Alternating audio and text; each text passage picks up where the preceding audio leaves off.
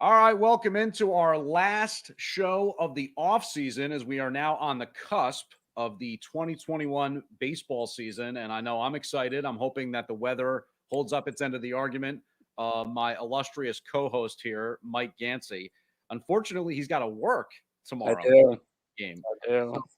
That's less than desirable. But what can you do? You gotta work. I mean, life goes on even though baseball starts. Yeah, Fortunately, well, and it's baseball related. I'm actually umpiring in a baseball tournament.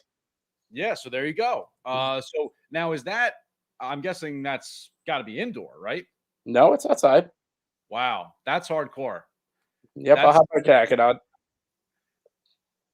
Yep, and so I got two games, 6 and 8 o'clock. So I'll probably be home like 10:30. But don't you worry, I'll be looking between innings. yeah, we checking it. I know you will.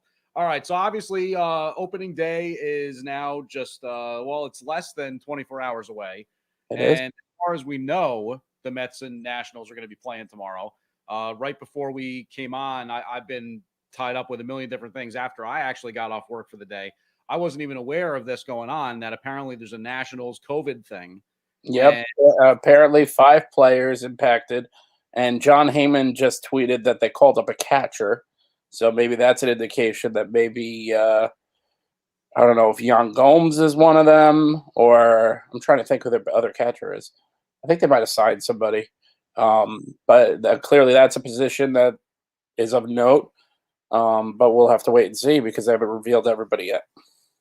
yeah, so I mean, I can bring up their depth chart here. Obviously, their catchers, Jan Gomes and Alex Avila. So So maybe one of them. yeah, you'd have to think. I mean, that would obviously make sense as a corresponding move. But I guess if it's a big enough outbreak, maybe they're just looking at, oh, we need to make sure we have whoever our emergency catcher is too. You know what I mean? Like just figuring people might have to play different positions. I have no idea if Alex Avila or Jan Gomes could be used at other positions at this point. But it's certainly possible that could be some of the rationale as well. You haven't heard as much about this throughout spring training and stuff like that. There hasn't been as much going on with the coronavirus concerns on the Major League Baseball side. No, it's been relatively quiet, knock on wood, which is a good thing. I mean, all we've seen is a lot of different protocols for fans and everything. And I just saw today, I got emailed a pre-sale for, it looks like Friday at 10 a.m. They're opening up April tickets to Okay. the general public for those that have the pre-sale. But I don't even know. I'm not going to be fully vaccinated until the 16th. So, and plus it's still cold. So my dad and I might wait till May, especially since I'm in Suffolk County and it's a hike, just to go down there and maybe see how things go in the beginning at the stadium in terms of that, because I'd imagine all you'll have to do is show your card, or they're coming out with that app now and they're talking about the passport or whatever. So whatever it needs to be, as long as I'm not having to swab every time I walk into a stadium, I'll be fine with that. Yeah, I mean, you got to show a negative test or you got to show that you were vaccinated. So it's an either Right. type I situation. I actually got my first shot last Friday, and it was easy peasy. It was had it at Jones Beach, and so it was very efficient. And I mean, the tiniest headache. And I waited 15 minutes, and off I went. So it was. Yeah, and it seems like some people do get those little tiny side effects. Some people kind of don't. I don't know what the rhyme or reason is behind that. But yeah, I mean, look, when you break it down, tomorrow at this time, unless they have some kind of crazy rain delay that carries them into the evening, the Yankees will have played their game. And that'll have been the first time in 530 days that a fan was at a baseball game in Wow, New York City. that's something, isn't it? So it's just kind of surreal in a way that they're actually going to play. And I'm not even going to use the term bummer to say that it's a bummer that we're kind of talking about this potentially in regards to the Mets or whatever, because obviously it's still a thing and it's going to be for at least a little while. But I am kind of surprised that we're not talking about the stuff with Lindor, and we'll get there. But I mean, when it comes down to it, maybe we're taking for granted the notion that they're going to play. I mean, obviously, I saw the weather forecast too, and I said to myself, I'm not so sure that this game is going to happen. Well, I looked around here. It's only supposed to rain early. It's supposed to be done at like noon in New York, or at least out here in Suffolk. So I don't know what it is by you in Jersey. or what it is in DC. I haven't looked at the. Have you looked at the DC forecast? No, I could bring that up as well, but I mean, it's just like they're talking like 30 some odd degrees, Yeah, raining in it's the supposed to. forecast. In DC, it's supposed to. Somebody just tweeted that it was supposed to clear out early, like midday, and it's supposed to be like 42 at first pitch. Which I mean, I guess I don't know. You could do worse, I guess, for this time of year. I know. Especially, I just get nervous of like pulls and strains and oh, everything. oh, of course, absolutely. So let's see. Looking at DC at 7 o'clock, it's 43, no precipitation. 8 o'clock, 40, no precipitation, and then it's just cloudy the rest of the night, dropping down into the 30s around like 9 o'clock. So What I'm hoping for, and I love making money, but I'm hoping because apparently I've never umpired at this complex. Apparently it's a turf field, but with a grass outfield. I'm hoping it rains so hard here that they deem it's unsafe to play and call the game so I can watch it. yeah, it may happen. I mean, I was saying to you before we even got connected when you said that you have to umpire a game tomorrow. I was thinking it was indoor somewhere at one of those like winter ball facilities. Nah. What by the way, do they have something like that on Long Island? Yeah, there's some places. I haven't personally worked at those kind of places, but this place I'm going to is, I mean, I'm pretty far east on Long Island, and this is like another like 40 minutes east of me, so it's still a good ride. So, but it's most of the places we do, especially in this association, it's like a little complex with 4 or 5 fields. The one I've been at so far has 8 fields. So they're all like turf and beautifully manicured, and they actually just dedicated the fields in Tommy Lasorda's name, the place I usually because apparently he used to go down there and watch quite a bit, but that was before I linked up. So I was a couple years too late to meet him. That would have been a thrill. Wow. So wait, he lived on Long Island later in his life? He just came down a lot. So he liked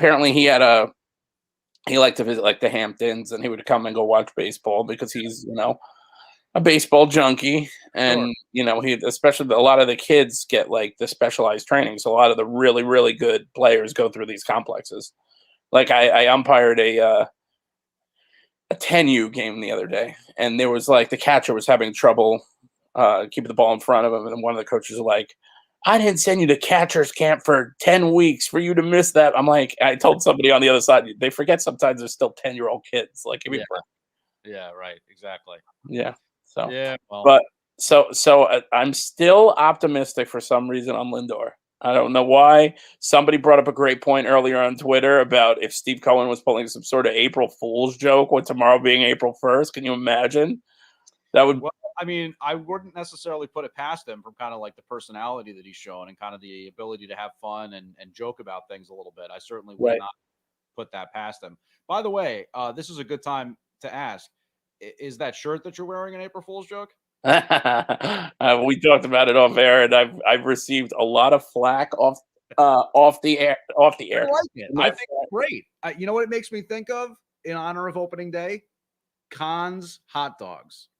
I don't know. If you remember. Wow, I Khan's hot do dogs. remember that. Back in the day, Shea Stadium, Khan's hot dogs. It was a yellow wrapper with a red rose logo. There you go, Mr. Met popping into view. He knows all about the Khan's hot dogs. Hey, Mr. Matt, do you like Khan's hot dogs? I do. I brought a couple show and tell toys today.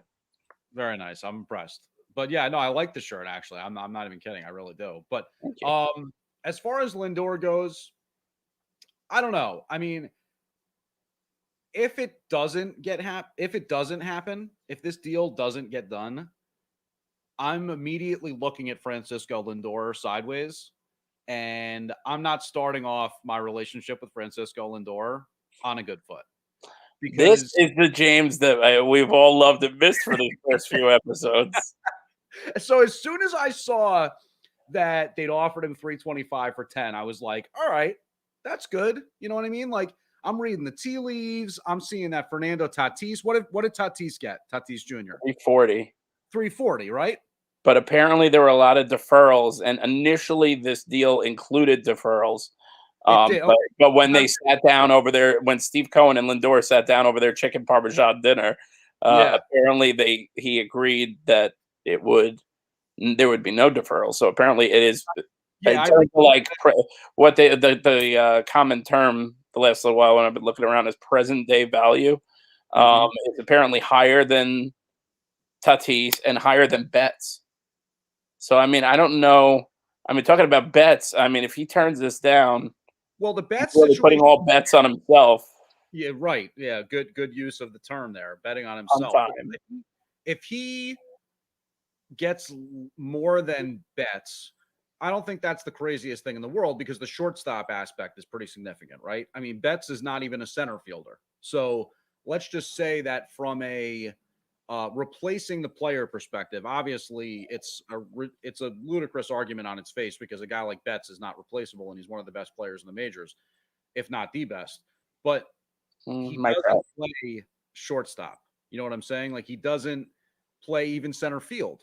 Like So let me follow that up. So the deal he wants is, I believe it's 382 or 385 over 12. Would you be comfortable with that, with where the Mets currently stand for them to bend? yeah, I basically would. Like I think that for me, I look at this entire situation, right? The contracts, and I know this kind of thing is going to make me sound like I'm 75 years old, but I'm ready. they all come off as ridiculous to me. You know what I mean? Like all of these contracts are just like absolutely When bonkers. I was a kid, Babe Ruth only made I was reading about $50,000. I was reading about, Darryl Strawberry had some comments about Lindor, and he chimed in on the notion of going into the offseason as a pending free agent and so on and so forth. And he kind of put it out there as a cautionary tale. Like he was like, look, I knew what to expect from the Mets at that Yeah. point. I knew what to expect from the New York media. I knew what the fans were like. And I still found it tough to go through that contract. Yeah, he had a great contract here. A great contract here. He set himself up. Not But yeah, everybody does that. that's exactly I right. got But two words for you, and it's not Degeneration X. nice. Juan Gonzalez. Remember that? Yeah. Juan Gonzalez. Totally, he bet on himself, and that he went. Did he fall off a cliff? Yeah, he was offered all that money by Detroit. He didn't take it because I guess he felt like Comerica Park wasn't a hitter's park or whatever. I don't know why he cared about that when he was going to get the money anyway. You know what I Yeah. mean? Why couldn't Jason Bay have felt that way? Why didn't Jason Bay think to myself, what am I doing going to Citi Field? It's crazy. Yeah, you know what? It was Jason Bay or who was the other free agent? Matt Holliday, right? I believe that was the other guy the Mets were trying that year. Right. That's And right. Holliday went to St. Louis, and he was pretty good, but he only had a few years where he was optimal. But Jason Bay had Neither one of them were passing on Vlad Guerrero. Let's just say that much. no.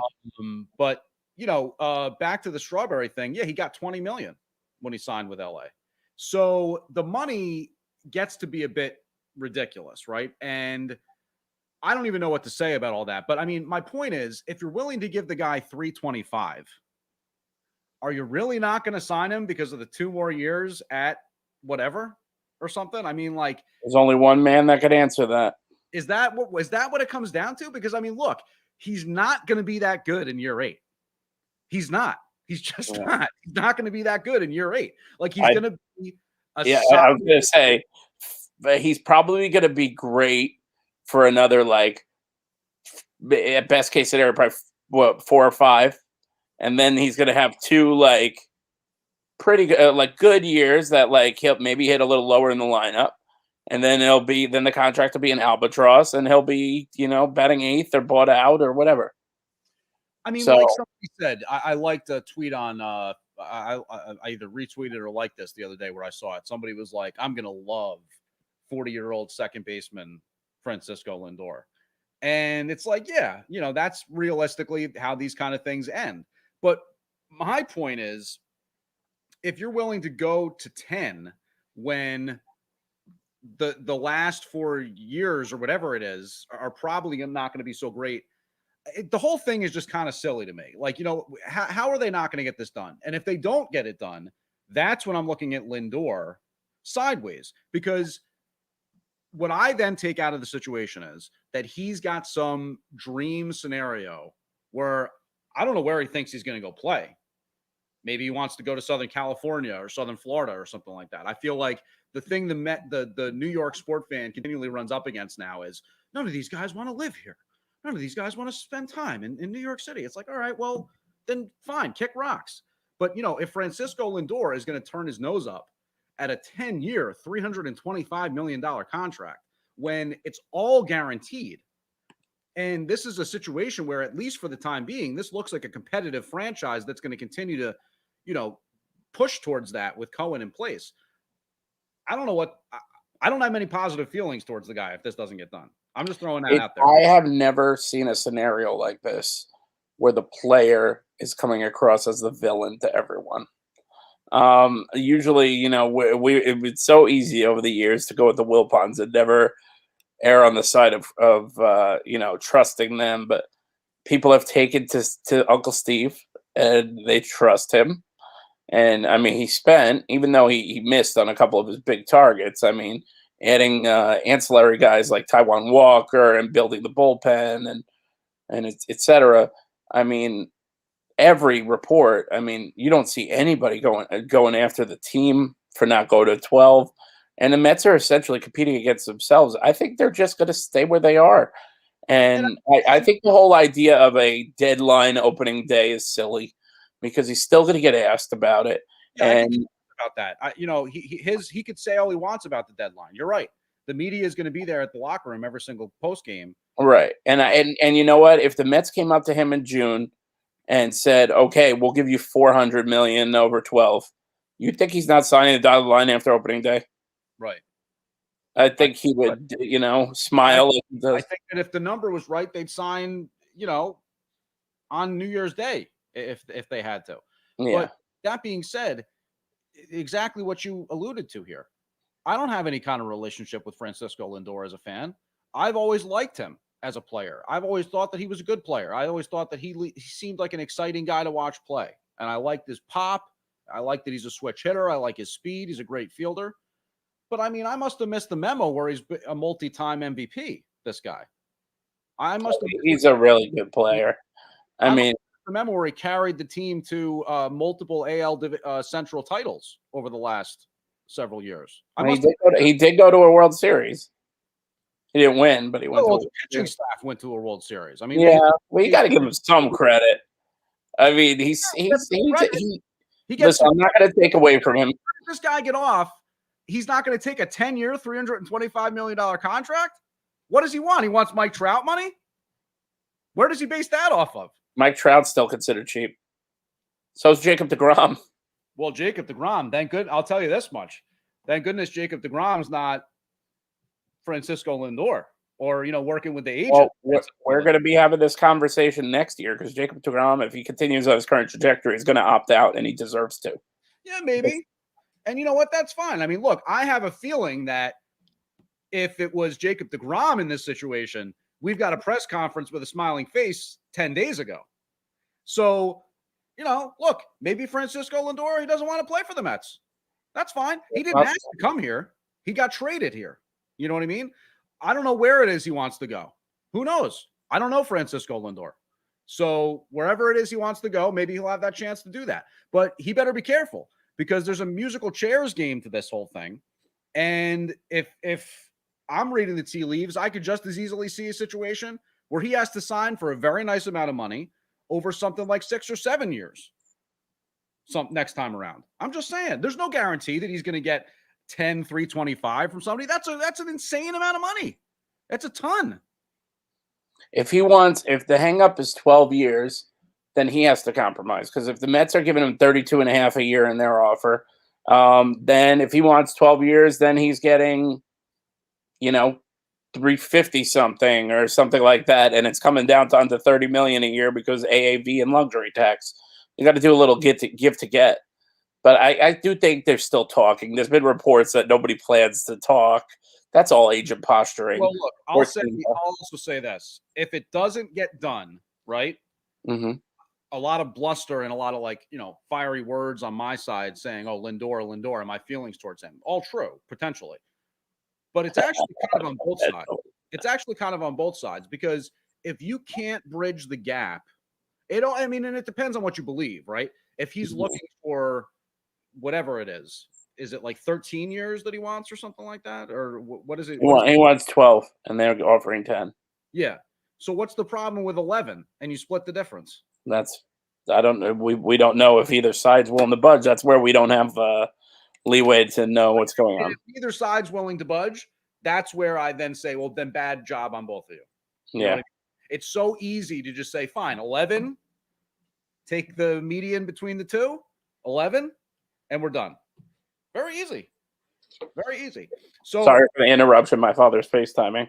Let's see. Should we put him on? Should we make him uncomfortable? Yeah, you should. You should put him on. Wait, hold on. Wait, Dad. You're on. You're now in the middle of our podcast. How's it going? You're being recorded on YouTube.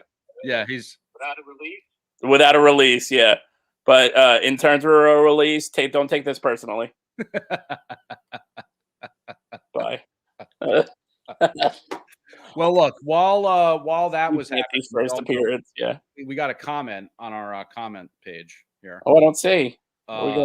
Omar Peralta says that Lindor has come across as a fake to him from day one of the trade. What say you to that, Mick Yancey? Well, Mick Yancey, you make me sound like an item at McDonald's. What do I say to that? I don't know if I agree with that. I think his behavior, I really like the video where, he called the kid after the kid freaked out on you. You saw that video because Lindor is one of his favorite players. And then Lindor with the Coming to America jacket. That was great. Yeah, I don't know if I would agree. I don't know. Yeah, I'm not sure if I feel that way about him. But there has been talk that New York was not his first choice of place to go. Well, clearly. I mean, he would have been signed already if it was. Or if it was even on the top, I'm going to say 3, he would have signed already. I mean, it's pretty clear that look, maybe he wants to be a Yankee, right? We've certainly seen that enough times over the years.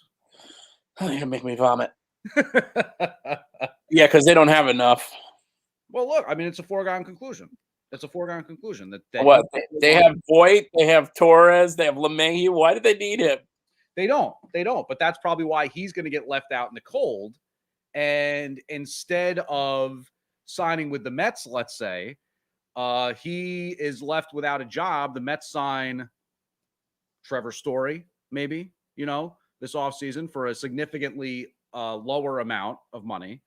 And that's significant. He's a great player. Is it going to be 10 for $325 for Trevor Story?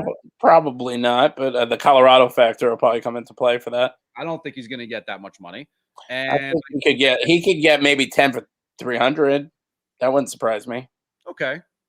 All right, fine. I'll still be happy with that. 10 for $300 from him. That's fine. Well, he's a little. How old is he? Let's see. I'm on it. Lizzie Trevor Story age 28. So he's 28. Francisco Lindor age, I think he's 27. So a year older, a year wiser maybe. He's wise enough to know that Colorado franchise is going nowhere fast. What are they thinking? Trading Nolan Arenado for pennies on the dollar. Well, I think he wanted out. Yeah, and they wanted out of that contract. So you look at the free agent tracker for next year, right? You've got Francisco Lindor, age 28. Marcus Semien, who's 31 now. So he's an underrated player, though. He's a good player. Trevor Story is 29 years old. He is not getting 10 for 300. Trevor Story is not getting 10 for 300. Wouldn't surprise me. It would. I think if Corey Seager could get 10 for 300. Yeah, he's. Let's see. He's definitely a little younger. I think Carlos Correa could get over 10 and 300. But Corey Seager's 26. So you're talking about.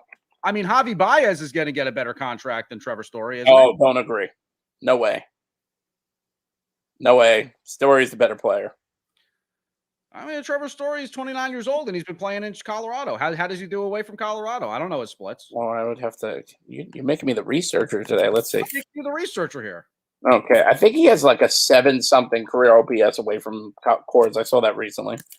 Story. My point is, we're talking about a lot of big names here that are going to get paid in the offseason, and at some point, it's a musical chairs.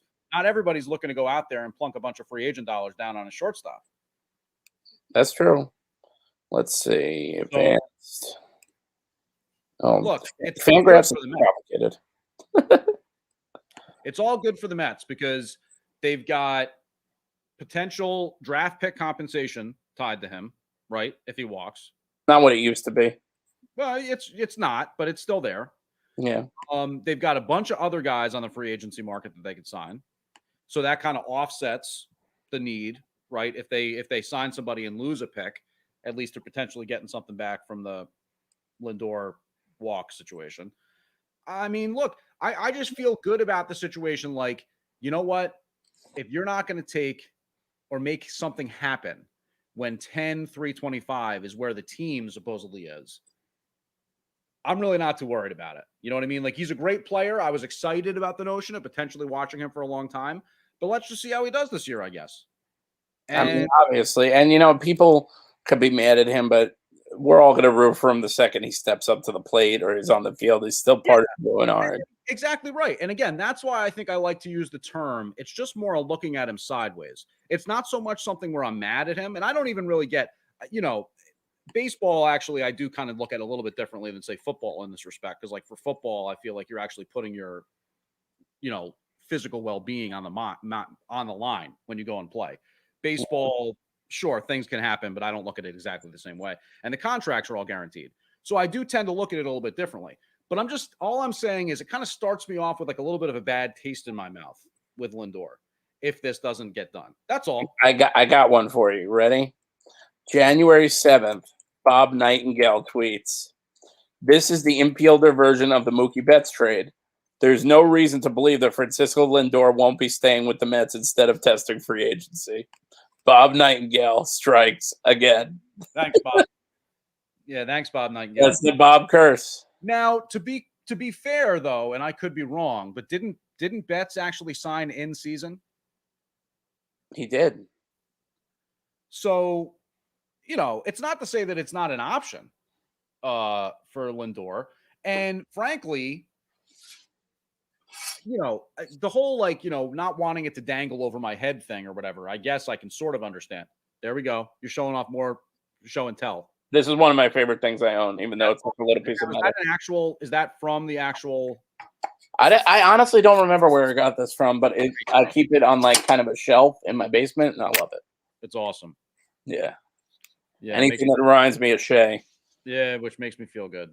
Yeah. It was a dump, but it was our dump. It was our dump, exactly. Mm-hmm. Look, I mean, that's what I'll say is if Lindor feels like he needs that extra time to feel that much better about the situation, he wants to get his apartment or his house or whatever it is, get his family in place, look at the schools, look at everything, see how he feels about the climate, whatever. That's fine. I don't think he has a lot of kids. I think he only has a new baby. He's got a new baby. Okay. Yeah. But I mean, if he wants to sort of like walk things out a little bit and feel like the negotiation could breathe a little bit if it gets into June or July, that's fine. He technically is the one who said, I'm not going to negotiate beyond opening day. Right. So I'm not really that bent out of shape about it, but it just makes me look at him a little bit sideways because part of me as a Mets fan wants it to be like, yeah, he's excited to be here. He wants to be here. He wants to play in New York, all that kind of stuff. Yeah. And there's no denying that a 10-year contract for $320 million is going to get most people to sign if it's in a place where they're happy. I think that's kind of how I look at it. But, maybe he needs to see. Maybe he needs to experience a little bit. That's fine. That's fine. I'm just looking at him. I'm doing the Trevor Bauer with him. You know what I mean? Oh, the closing the eye, but then you're going to hit the batter. Yeah, right. I'm just telling Fernando. I'm just telling him what's coming. Oh, I thought by doing the Trevor Bauer, you mean you're going to sell it to autographed merchandise to a team you're not signing with. Well, I might do that too. Too soon? Who's to say that I'm not saying this from an Indians fan perspective? You know what I mean? I don't even know if that makes sense, but I'm saying it. There's a lot of people. I know he's trying to be this new wave innovator, Trevor Bauer, but I think he made a lot of enemies in the fanosphere in MLB with his tactics and his a la trying to do like a LeBron James decision. It was stupid. The whole thing. The whole thing was pretty weak. I mean, and I think that he, in some ways, this is going to come off as kind of weird, but like I kind of feel like Trevor Bauer's heart is in the right place with some of the stuff that he does. Like, I think that he realizes that MLB free agency is really lame in terms of like what it could be from like a entertainment vehicle perspective. You know what I mean? Like NFL free agency causes buzz. NBA free agency, you get excited about that. Like there's a period of time where it happens and then it's over. Baseball free agency, it's like, oh fuck, well, spring training's about to start. Is anybody going to sign, or like what's going on? There's still a couple guys out there. See what I mean? It's I just can name a few right off the top of my head. I think they would be better served from a collective bargaining perspective, putting it into a sort of finite period. You know what I mean? Like a 2-week period or a 3-week period or something like that. And again, because never going to happen. It's just the way that baseball isn't good about marketing itself. You know what Yeah. I mean? Well, they've never been. Look how little play a guy like Mike Trout gets. But that's what I mean. Like it's so much more complicated than Mike Trout isn't marketed right, and everybody. Well, baseball is not a national sport anymore. You know what I mean? And that's not the problem. The problem is that there's a lot of interesting things, even for those individual fan bases, that they would get super geeked about if it was done the right way. Right. But it's just not. So anyway, but by the way, Mr. Peralta has another comment for me. He's not happy because he said, you said Lindor doesn't come across as fake, but now you said you look at him sideways. I'm just saying that I'm looking at him a little bit sideways as far as the contract negotiation, because he's come in here. He's going after you. Well, if you're happy to be somewhere, you're signing at 10,325. That's all. And maybe he's not. Maybe he needs to see how he feels about New York City, and that's fine. You know what I mean? Like, you don't fall in love with the Big Apple at first sight. Not everybody does. Well, if he hits 280 and hits 20 homers and drives in 80 runs, this deal he's got on the table now is gone. And then all of a sudden, betting on himself is going to cost him a lot of money on the open market. So I think it serves all parties to get this done. I still think there's time. I still think there's conversations to be had. If 280 and 25 with, like, let's say the same defense that he always plays, right, is what happens. What is his contract then next year? Because I don't even think that would be that. I don't even think that's necessarily that much lower than what I'd expect from him. Yeah, I think he's a close to 30 home run guy, steal 20 bases, play elite defense. I mean, defense. He also, another thing is he's a great base runner. And I don't mean that in a stealing sense. I mean, if he's on first base, wherever the ball is hit, if it's a base hit, he's on third, no matter where it goes. Right. And that's valuable, especially if less than 2 out, then you score him with an out. I mean, as opposed to needing a hit. And we know over the last couple of years how much the Mets have struggled with runners on base and less than 2 out. Yeah. So I still think there's, like I said, I think there's time. Am I going to be a little upset by no deal by opening day? Yes, if that happens. But at the same time, it's not like I'm going to turn on the guy. Still think this is a damn good team. I still think it's going to be a lot of fun this year. I saw MLB.com did a thing with 100 experts, and I think 66 of them picked the Braves to win the East. Which, the Mets have to prove it. It's not their division anymore. The Braves won. They have the reigning NL MVP. They have, and that's Freeman. Then they have, a number of studs, including some guys coming. Their pitching staff's young. I mean, the Mets have to go out there and beat them, and before they could say anything's theirs, because like we said, we don't know what version of some guys we're going to get. Who is Taijuan Walker? Who is the real Marcus Stroman? Are you worried about Jeff McNeil spring? There's some like unanswered questions, and the only way to answer it is to go out there and play 9 innings and see what happens. Yeah, look, I feel pretty good about the Mets on paper for sure. I tend to agree with you that the Braves are just an absolute wagon, and I mean the notion of overcoming them for the division, it might be tough. It might be really tough. I still think there's no excuse basically for the Mets at least getting into like a play-in game or whatever. And you know what? If the play-in game, most teams think that the Dodgers are going to take the West, obviously, because they're loaded. They're big 3, and so that leaves the Padres and somebody from the NL East playing in the play-in game. So I'll take DeGrom over any of their Darvish, Snell, And they also traded for somebody else. I'm blanking. A Musgrove, right? Musgrove. They trade. He's not the same level as the other two, but I mean they have good pitching. But as opposed to a couple years ago, Noah pitched a good game, but they went up against Bumgarner. I was at that game, by the way. And who was the guy that hit the home run on the Giants? It was Connor Gillespie. Connor Gillespie. Ugh. Ugh. Yeah. And it's because the Mets swung at everything. I think Bumgarner had like 19 pitches through 3 innings or something like that. Something crazy. Their game plan was horrific. I remember watching that game that night and thinking that same thing. I was working the game actually at WOR as a board op and just thinking, what is this approach? Like, this is pathetic. Mm-hmm. What is this? I mean, what is going on? I know Ty Kelly had, it seems like we talk about that game a lot, but Ty Kelly had one of the hits, if not the only hit against Bumgarner. But I remember that. Wait, speaking of radio, since you brought up I know you're still very involved in it.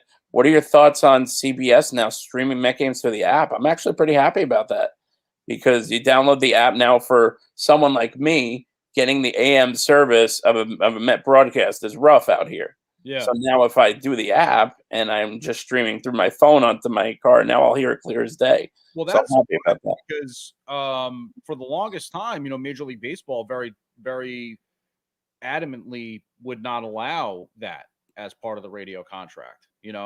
MLB, whatever it's called on the radio side, it's not extra innings because that's TV, that's cable. But right. They have a similar thing where you can get all the radio feeds on an app from Major League Baseball. And for the longest time, they wouldn't let, we had to put like a special blocker on for the web during the games. And that would have affected the app as well. So yeah, that must be an adjustment that they made. Well, I just looked and you have to have the Audacity app. So you have to have the Audacity to get Audacity. You do. You have to have it. By the way, is that how you actually pronounce that? Their new company name? Is it it looks like it. Well, it says through the I'm sorry, Odyssey. I looked at it and I immediately read Audacity. It's maybe it's pronounced Audacity. What? Maybe it's pronounced Audacity. Well, there's no it. It's just AUDACY, so it's Odyssey. Yeah. Hey, I would have been looking for Audacity and I can't find it. I don't know if it's free. Let's see. Let's do it. Live experiment. Little live experiment. Yeah. Live experiment. So while you do that, we're getting ready for opening day here. Still plenty of excitement as far as what you're expecting for the team. You're hoping that the offense is going to be good. You feel like, for the most part, the starting rotation on paper should be solid. I'm not so sure how I feel about this bullpen at this point. I wasn't happy with the let Mike Montgomery go and keep Robert Gesellman with options. I don't feel good about Robert Gesellman in general. The fact that Betances is still there, Familia is still there. Edwin Diaz had that like complete disaster the other day where he gave up runs or whatever. You know what? I'm sorry. I'm just going to say it. I know you don't feel the same way. No, don't do it. I don't trust Edwin Diaz. Oh God, I knew that was coming. Why would I? That's what I want to know. Like, I just want anybody who feels differently, right? Why would I? Because he's got good stuff. There's tons of guys out there that have good stuff who, for whatever reason, never pitch to that consistency. You know what I mean? Like, don't pitch to whatever their stuff is. You see that? Is that the app? The app. It's got CBS. It's got the Fan. Is it free? Yeah, it's free. Mets Musings with Gary Mack, whoever that is, Fantasy Baseball, different podcasts. Okay, so Odyssey. So there you go, Odyssey. Check it out, and you can listen to Met games on the radio, clear as day. What's interesting to me is that that's a change from the way, at least how baseball used to look at it. Like, they used to block, but I don't know. Maybe it's different now. I mean, things may have changed, or that might be a special contract that CBS negotiated with them. Well, I also have to call SiriusXM because they just took MLB off their basic package, and I'm very angry at that. So, although they're very soft with complainers, I've noticed over the years, because I still have the deal for an introductory customer after having it for years, because I'll be like, I'm canceling, and they'll be like, okay. Well, good. Sometimes you can make that happen with cable, I know too. Absolutely. People might not know that.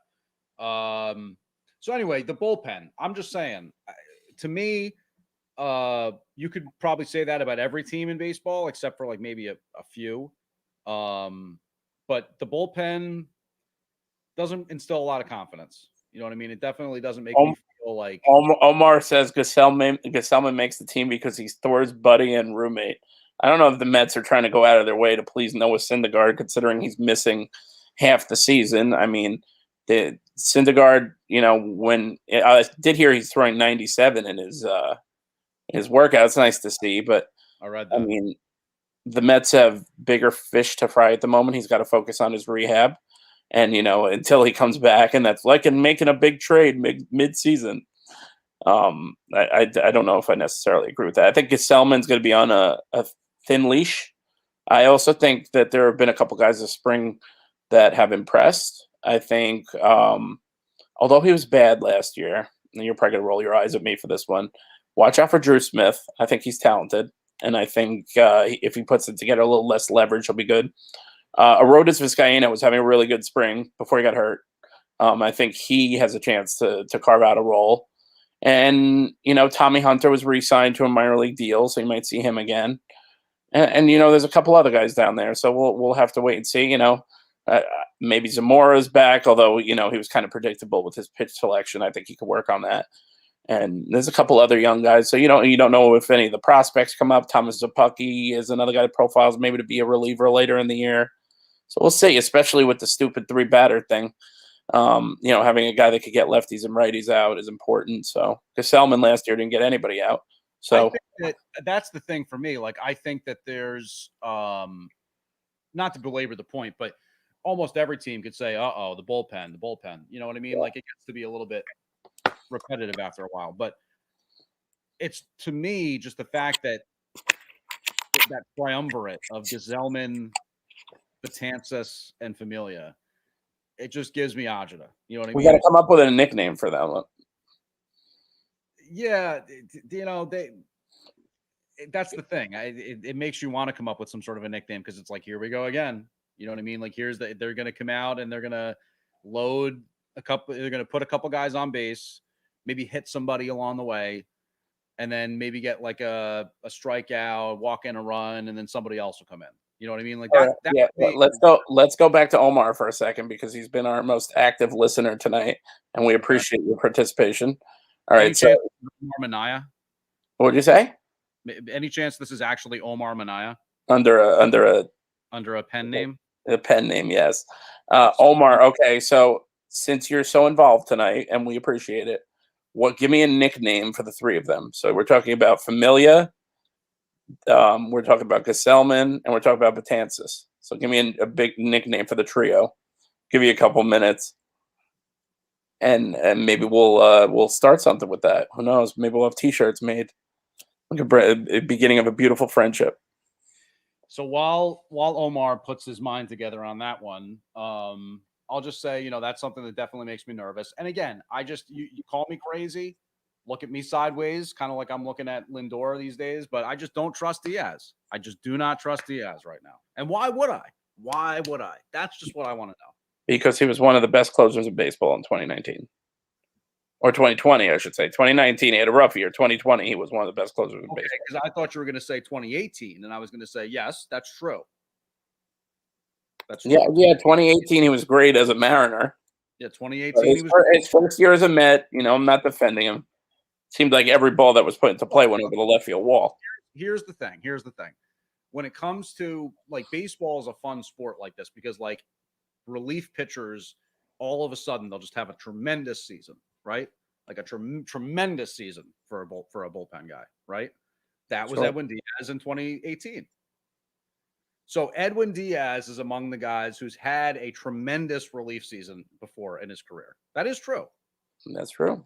That is true. Where we go from there, I'm not really sure. You know what I mean? Like, where we go from there, I'm not really sure. Well, he has had a very good season in the past. And so you're obviously, you don't trust Diaz. Okay, I get that. So who do you trust in the Mets bullpen? Who is the guy you want having the ball in high leverage situations if you don't trust Diaz? Unfortunately, he's banged up right now. But I mean, like I still largely trust Lugo. You know what I mean? There's been games where he's blown it, but who again, it's a bullpen. So No, I'm talking about tomorrow's roster. I guess if you don't trust Diaz, your guy's got to be Trevor May. Trevor May. Oh, Omar trusts Twin Flowers for Betances and Familia. Okay. Yeah. Okay. Well, I did always used to like to call Wilmer Flores Flowers. That was my nickname for. Well, actually, Matt, the co-founder of the Stash, used to call him Bill Flowers. Yeah, Bill Flowers. See, and he used to call Henry Blanco Hank White. Hank White. I love that stuff. Bill Flowers, baby. Henry Blanco had a big home run. What was it? No, I'm thinking Omir Santos. I was at a game once with a walk-off by Barajas.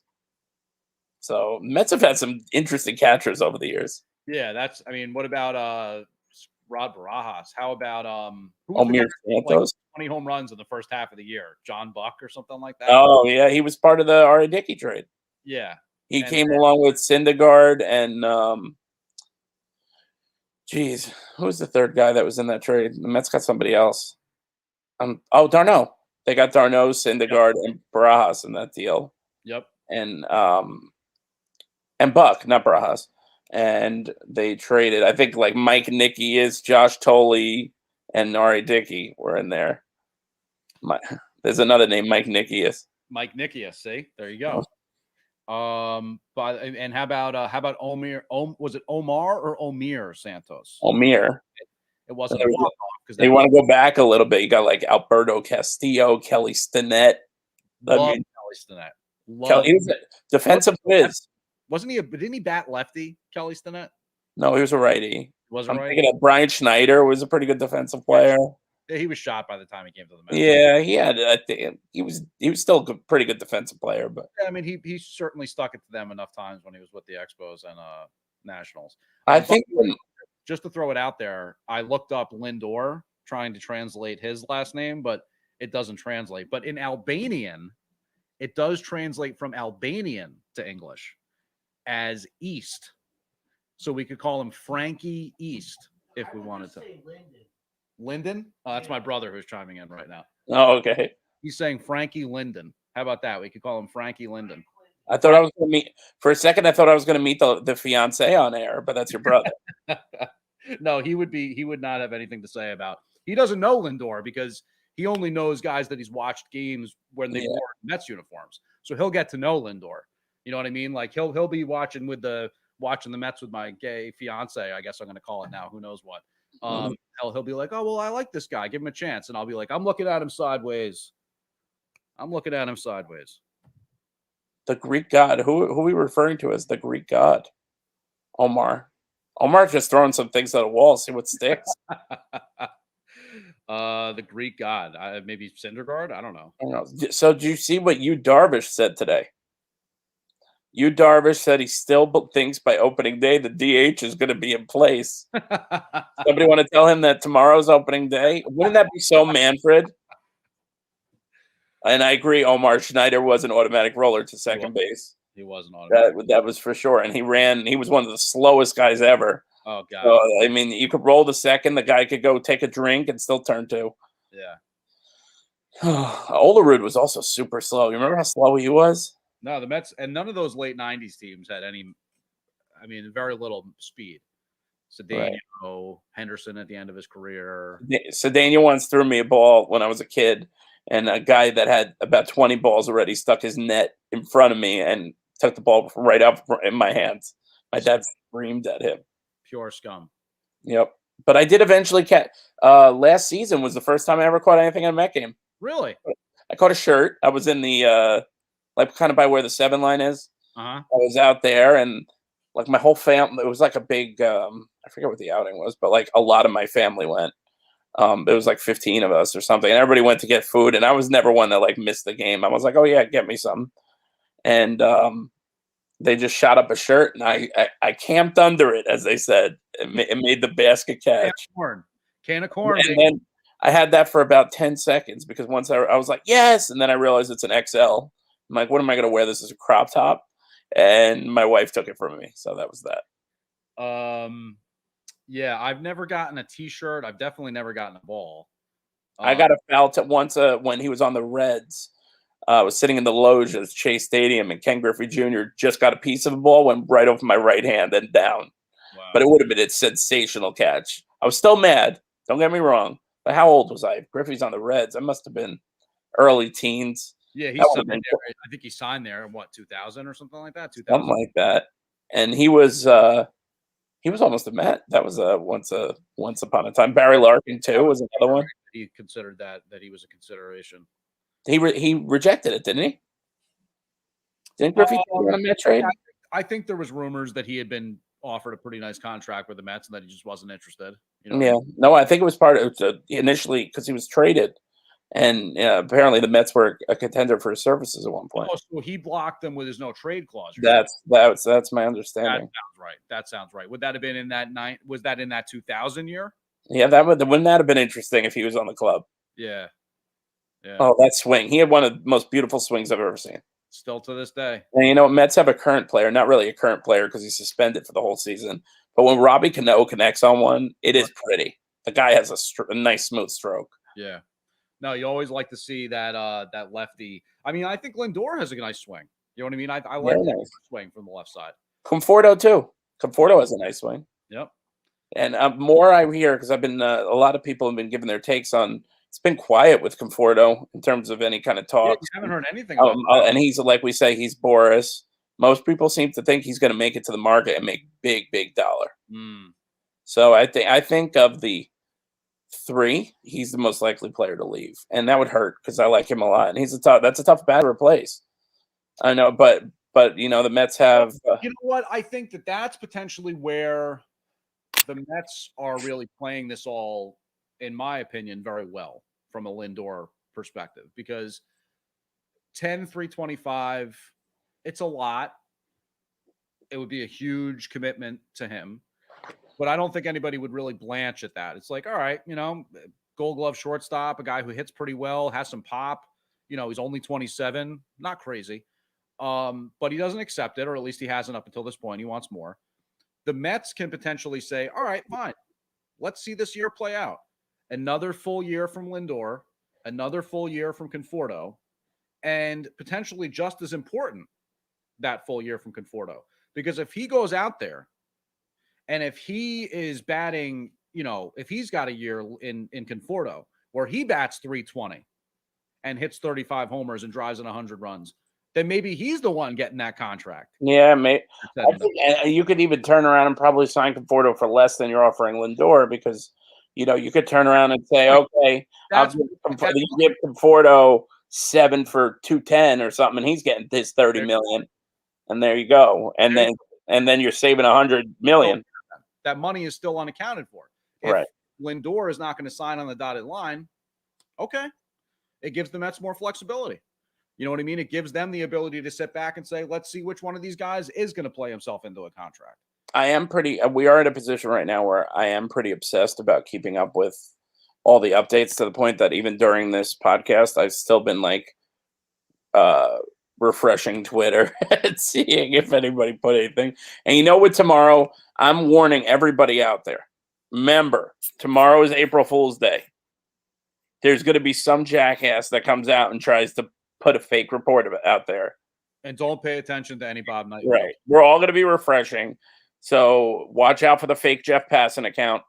Nobody would be stupid enough to make a fake Andy Martino account. He's pretty much a troll on his own. But watch out for the tomfoolery. Fake Andy Martino account. Just watch. Maybe I'll make it with an O instead of or whatever, a 0. Yeah, exactly.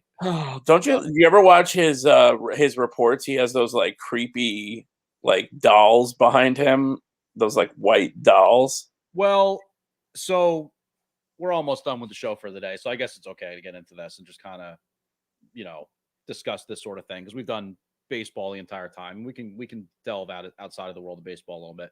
But yeah, Martino, I gotta say, he just gets on my nerves, man. He makes everything about politics. You know what I mean? Everything with him is politics. He also likes to. He's very doom and gloom, and he's also, Extremely. his sources, and I just think he's kind of full of it. That's just I my. don't. I mean, I don't think I don't love his insider. I don't think his insider content's that great. Yeah, I don't really read him. You know what I mean? Like throughout the whole, like basically, he couldn't have been more upset that they actually played baseball last year. Like, try to be more upset that they actually played last year. You can't if you're Andy Martino. Not possible. I mean, he like every time on Twitter, he was like, "Do you not realize there's a virus? They're playing games during a virus." That's basically what he was every time on It's Twitter. not bad. I'm gonna give you a 7 out of 10 for that. That's Andy Martino. So Speaking of terrible, did you see poor Angel Hernandez lost his lawsuit against Major League Baseball? I did actually see that. Now, I know he was suing for defamation. Why? What was the defamation? It was all based on the fact that he thought that he wasn't getting spots in like major playoff games because he's Hispanic. Oh yeah, that's Not because he just is straight up trash as an umpire. That is so rich. Because I mean, he's such trash as an umpire. He's awful. He's horrific, and he has been for years. And I mean, I'm sure there's other Latino umpires who are. Yeah, I'm sure. I mean, I don't have a list in front of me, nor do I plan to look it up. But No, I know. Like, well, what about Is it Laz Diaz? oh, I think he's long gone. He's long gone. But he was pretty bad too. He was awful. Also. Remember Eric Gregg, rest in peace. But he was his strike zone was like the size of a football field. Yeah, Gregg was bad. Cowboy Joe West, not my favorite. Omar says that next year's outfield free agency is pretty weak. Oh, and there you go. And he also waited on Andy Martino, called him snide. No, that's the thing. I could see the Mets losing out on Conforto. Definitely. Yeah. Boris guy. You figure that, you factor in more or less. I got to imagine there aren't too many teams that aren't going to be able to accommodate a guy like Conforto, and you consider that the American League's got DH. He's a fine corner outfielder. So, I mean, you're not going to worry about him having to be a DH anytime soon. What is he, 27, 28, something like that? So he's right smack dab in the prime. Yeah, I wouldn't be shocked to see them. I mean, Conforto, I feel like when I read him, like the quotes from him and stuff like that, and who knows, you take that with a huge grain of salt. But, it kind of feels like he's interested in staying to an extent. Yeah, I think he's like a future captain type too if he stayed long term. But yet he's also a Boris guy. You know what I mean? And he didn't direct Boris like, forget it. I want to sign here. So anything can happen. It could. It's true. And the Mets, they have options now. I mean, with Dominic Smith becoming a player, I mean, you already have McNeil in place. I think Nimmo's been a little better than people expected. Right. And now they have hopefully McCann stabilizes catching, and you got Pete. I mean, you pretty much have the only true question, third to work itself out. They have a couple guys also if JD flounders. VR has had good years in the past. That's one guy. Again, we got Guillorme we were talking about. That's another guy that with his glove, although I saw last week he made an error. He's human. So unacceptable, Luis. I mean, he does good with the bats that go flying, though, catching them with one hand like it's no big deal, and then having a 22 pitch at bat this spring.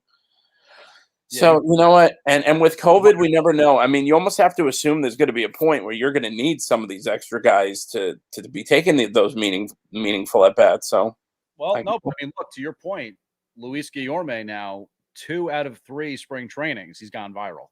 So that's that's pretty good. Pretty good for him. And his dad is very active on Twitter supporting him, which I enjoy following. Yes.